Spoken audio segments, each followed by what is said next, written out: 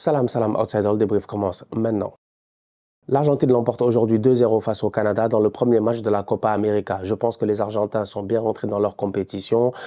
Contrairement à la dernière Coupe du Monde où ça avait été compliqué lors du premier match, cette fois-ci, les Argentins se sont quand même gérés. Ils gagnent 2-0 face aux Canadiens. Je pense que les Canadiens peuvent avoir quand même pas mal de choses à prendre de positif dans ce match-là. C'est une équipe du Canada qui joue sa première Copa América. Il faut comprendre que la Copa América, d'habitude, c'est que les équipes d'Amérique du Sud. Donc, c'est entre Argentins, Boliviens, Chiliens, Péruviens, Uruguayens, Brésiliens et j'en passe.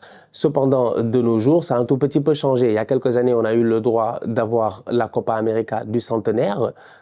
L'Argentine avait perdu en finale face au Chili, si je ne m'abuse. Là, maintenant, on a la Copa América, USA, machin, je ne sais pas quoi. C'est bien. Je pense que pour le business, c'est bien parce que ça permet aussi de rassembler pas mal d'équipes, d'avoir beaucoup plus de droits télé ou quoi que ce soit. Il doit y avoir une logique, en fait, économique derrière, d'inclure tout le monde. Donc, d'inclure les Américains, les Mexicains, les Canadiens. Au-delà du fait que dans 2 ans, il y a une Coupe du Monde aux États-Unis, au Canada et au Mexique. Donc, bref, tout ça étant dit, l'Argentine vient, il joue face au Canada, il gagne 2-0. Qui est surpris? Qui est surpris? Absolument personne. Les Canadiens ont fait, à mon humble avis, une très belle rencontre. C'est dommage. Ils auraient pu marquer dans ce match-là.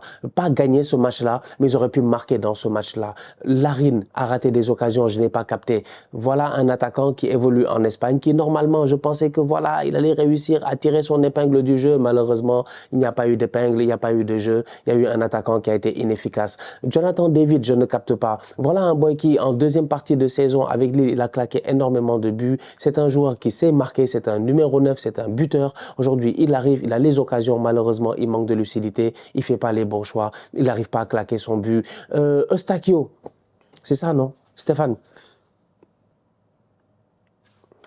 Eustáquio. C'est pas sérieux, l'Antoine Griezmann du Canada, franchement. Numéro 7 sur le dos, cette tête-là, il doit la claquer. Normalement, cette tête-là, il doit la claquer.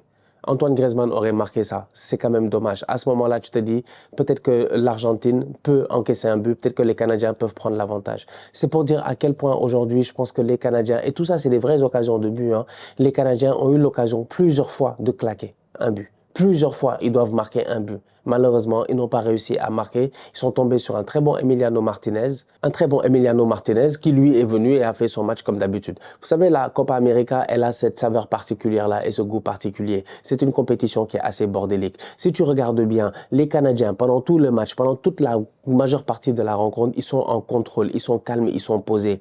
Ils essaient, quand ils ont le ballon, de sortir, de créer, d'avoir des attaques placées. Ils ont essayé plusieurs fois aujourd'hui, Alphonso Davies sur le côté, Alistair sur l'autre côté. Ils ont tenté franchement plusieurs fois de combiner et de surprendre cette défense argentine-là. Et même plusieurs fois, ils ont même réussi à les surprendre. Le problème, il est simple, c'est que ça reste la Copa América. Donc ça ne se joue pas forcément sur du football, ça se joue sur du bordel. Les Argentins, ils aiment ça. À un moment donné, tu as l'impression qu'ils laissent le ballon aux Canadiens. Tu as l'impression qu'ils leur disent, allez-y, jouez, amusez-vous. Les autres prennent la confiance, ils tentent, et à un moment donné, ça part en contre. Plusieurs fois, un football débridé. L'Argentine peut jouer beaucoup mieux que cela. L'Argentine peut poser le ballon, mais l'Argentine n'est pas en Copa América pour poser le ballon. Ils sont là pour gagner et puis prendre les 3 points, aller chercher un titre. Je dis bien un football très débridé. Des passes en profondeur, Di Maria, déviation, Léo Messi, les boys sont partis. Le Glock, Julian Alvarez est venu claquer son but. Ils sont repartis et tout. Di Maria est en 1 contre 1. Le gardien canadien, Crépeau, fait un très bon arrêt. D'ailleurs, Crépeau, aujourd'hui, il a été excellent. Il a été excellent. 2 ou 3 fois devant Léo Messi en 1 contre 1, il a réussi à faire les arrêts. Devant Di Maria aussi, il a fait les arrêts. Plusieurs fois, en fait, de reprise de Alvarez, il fait l'arrêt. Plusieurs fois, il a fait des arrêts décisifs qui ont permis aux Canadiens de rester dans le match. Mais c'est pour dire à quel point c'est un football bordélique. C'est vraiment un football bordélique, en fait. C'est qu'ils ne viennent pas pour jouer... Non. Non. Ils viennent pour foutre le bordel. Ils viennent pour attendre que... Vraiment, en fait, les Argentins, je sens même qu'ils avaient envie de se battre. Moi, je pense qu'ils avaient envie de se battre, mais malheureusement, ils sont tombés face à des Canadiens qui sont pacifiques, en fait. Les Canadiens ne sont pas là pour se battre, ils n'ont pas le temps de se battre. Ils sont venus jouer un match de football, ils ont essayé de gagner le match de football dans les règles de l'art. Voilà, dans les règles du jeu. Les Argentins, s'ils pouvaient se battre aujourd'hui lors du match d'ouverture, ils l'auraient fait, ils avaient le sang chaud. Mais c'est quel genre de provocation que le Canada c'est la mi-temps. Il y a 15 minutes de mi-temps normalement, partout dans le monde, sauf quand l'Argentine joue. Les Canadiens, après 14 minutes et 50 secondes, ils sont de retour sur le terrain, ils attendent les Argentins. Les Argentins, ça leur a pris 5 minutes de plus avant d'arriver. Ils sont arrivés presque à la 20e minute. C'est pas normal.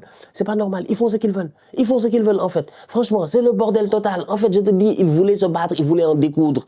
Ils voulaient frustrer les Canadiens, ils voulaient les fâcher. Mais ils sont tombés sur des gens qui sont trop peaceful. Et donc, du coup, à la fin, voilà, j'ai l'impression que le match aurait pu tourner autrement. Un match normal de Copa América d'ouverture, il devait y avoir des cartons rouges. Il devait y avoir des cartons rouges. Il n'y en a pas eu. Donc, c'est pour dire à quel point cette équipe d'Argentine-là, c'est une équipe qui a besoin d'adversaires, qui a besoin d'ennemis. Le match face au Mexique à la Coupe du Monde était un match très important. C'était le match décisif, ils sont allés le gagner. Pays-Bas, on s'en rappelle, ils sont allés le gagner. La France, en finale, ça a été difficile, ils sont allés le gagner. En fait, ils aiment les ennemis, ils aiment ça, les Argentins, ils ont besoin de ça pour se battre pour leur chef suprême, pour se battre pour Léo Messi. C'est eux-mêmes qui l'ont dit, c'est pas moi qui l'ai dit, c'est eux qui l'ont chanté dans le bus. Ils étaient en train de chanter, on est prêt à mourir ou on est prêt à tout faire pour gagner pour Léo Messi. Et là, je parle de qui? De Rodrigo de Paul, je parle de Paredes, les deux soldats évidemment de Messi, et que dire de McAllister et puis tout le reste. Donc, ça te donne une équipe nationale d'Argentine qui arrive dans la compétition, mais qui n'est pas là forcément pour le beau jeu, je pense, qui n'est pas là pour essayer de bluffer les gens. Non, ils sont là pour prendre leurs 3 points, gagner des matchs et aller chercher ce titre-là. Donc, on va voir ce que ça va donner. Belle victoire de l'Argentine quand même, toutefois 2-0 aujourd'hui face au Canada. Beaucoup de ratés, beaucoup de rattaquants. Messi a raté des occasions, tu as envie de dire Messi c'est un nulard, c'est un tocard. Mais Messi, comment il fait ça, hein? Léo, toi aussi. Léo, aujourd'hui, doit mettre au moins 2 buts. Il a raté beaucoup d'occasions. Comment il s'appelle? Lautaro Martinez est rentré. Il a claqué un but. Je pense que pour la confiance, c'est très bien. Je pense que ça lui fera du bien. Il vient, il claque un beau but. Encore une fois, c'est Messi. C'est Messi qui est à l'origine du but, du premier but argentin. C'est lui qui vient, qui donne cette passe-là, qui surprend un tout petit peu la défense canadienne. Au marquage, les mecs, ils savent pas en fait si c'est la zone ou c'est le joueur qu'il faut marquer. Et le deuxième but, c'est Messi encore qui vient, qui déclenche cette passe en profondeur. Et Lautaro, il vient, il finit entre les jambes du gardien. Donc, comme je dis, les Argentins ils se sont gérés, ils ont gagné le premier match 2-0. Normalement, ils devraient gagner tous leurs matchs jusqu'en finale quand ils vont jouer face au Brésil, si tout se passe bien. je ne vois que ça. Franchement, je ne vois que ça. Mais dommage pour les Canadiens. Ils peuvent avoir beaucoup de regrets. Parce que je trouve qu'ils sont venus avec un système de jeu très simple. Le 4-4-2 là était bien. Le 4-4-2 de Jesse March a été bien.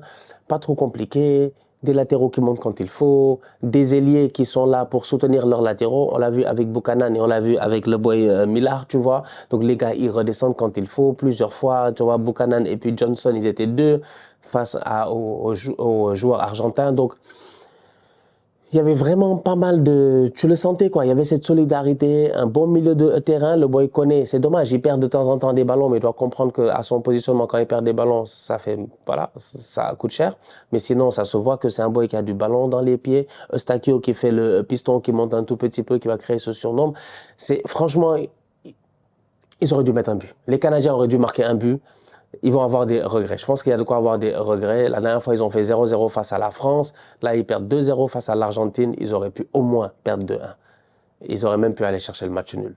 Mais c'est à savoir que c'est une équipe qui n'a pas beaucoup d'expérience, qui a besoin encore de temps, d'expérience et qui a besoin aussi de monter en pression dans les matchs. Comme lors de la Coupe du Monde, ils faisaient des bonnes premières mi-temps, je me rappelle, face à la Belgique et tout. Et après, en fin de rencontre, tu sens qu'ils n'ont pas le rythme pour tenir. Aujourd'hui, c'est ce qui s'est passé face à l'Argentine.